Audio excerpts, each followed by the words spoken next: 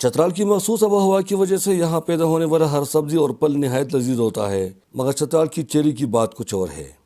یہ چیری ساخت میں بڑی اور نہایت ذائقہ دار ہوتا ہے، مگر چترال کی خراب سڑکوں کی وجہ سے یہ نازک پھل بڑی منڈیوں تک نہیں پہنچ پاتی۔ یہاں کی چیری کی ملک کی بڑی منڈیوں تک رسائی نہ ہونے کی وجہ سے زمیندار اور بیپاری دونوں خسارے کا سامنا کرتے ہیں۔ آپ یہاں سے فروٹ کو مارکیٹ کرنے کے لیے جتنا اس پہ ٹریولنگ کاسٹ آتا ہے اور جتنا اس کا شیلف لائف کا فرق آ جاتا ہے، وہ سارا اسی روڈ کی وجہ سے ہے کہ روڈیں جو ہیں وہ ڈسٹی ہیں، جیپیبل ہیں، اور آپ فروٹ کو مارکیٹ نہیں کر پا رہے۔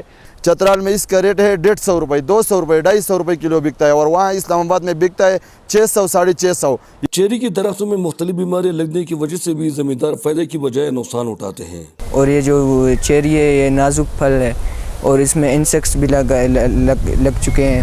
مقامی لوگوں کا کہنا ہے کہ اگر چترال کی سڑکیں بہتر کی جائے تو یہ چیری بڑی شہروں کی منڈیوں میں لے جا کر دگنی قیمت پر فروخت ہو سکتی ہے۔ کمیونیکیشن کی حالت یہ ہے کہ جو ٹورسٹ ایک دفعہ یہاں آ جائے گا پھر دوسری مرتبہ وہ یہاں نہیں آئے گا، کیونکہ اس کی گاڑی کی حالت خراب ہو جائے گی۔ زمینداروں کے ساتھ ساتھ یہاں کے تاجر بھی حکومت سے مطالبہ کرتے ہیں کہ چترال کی سڑکیں جلد سے جلد تعمیر کیے جائیں تاکہ چیری کے ساتھ ساتھ دیگر پھل اور سبزیاں بھی ملک کی بڑی منڈیوں میں آسانی سے پہنچایا جا سکے، جس سے ان کو مقامی منڈی کی نسبت زیادہ فائدہ ہو سکتا ہے۔ چیری چترال کا کیش فروٹ سمجھا جاتا ہے، مگر سڑکوں کی خرابی کی وجہ سے یہ نازک پھل بڑی مارکیٹ تک نہیں پہنچ سکتا۔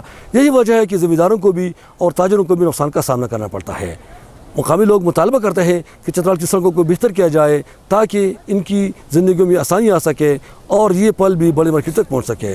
اخوندزادہ گل احمد فاروقی، چترال۔